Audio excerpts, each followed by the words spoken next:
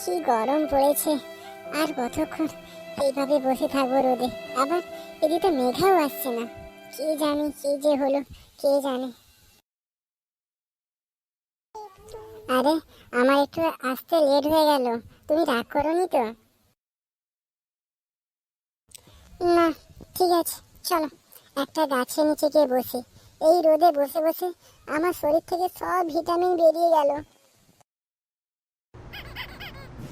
ঠিক আছে, কাল দেখা করতে এলে তোমার জন্য একটা হরলিক্স আর 1 কেজি আপেল আনবো।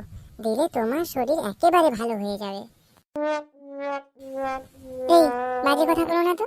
কাটা খাই নুনে ছিঁড়ে দিচ্ছ নি? তাছাড়া আর কি, এই একটুখানি রোদে বসেছো বলে বড় বড় কথা বলছো? যাও, তোমার সঙ্গে আর দেখা করতে আসতে হবে না। আমাদের বন্ধুত্ব এখানেই শেষ।